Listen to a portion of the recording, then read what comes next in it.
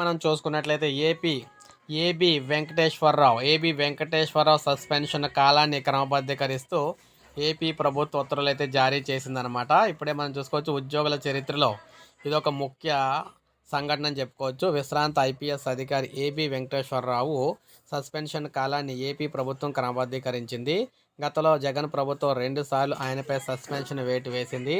మొదటి దఫా 2020 ఫిబ్రవరి నుంచి 2022 ఫిబ్రవరి 7 వరకు, రెండోసారి 2022 జూన్ 28 నుంచి 2024 మే 30 వరకు సస్పెన్షన్ విధించింది.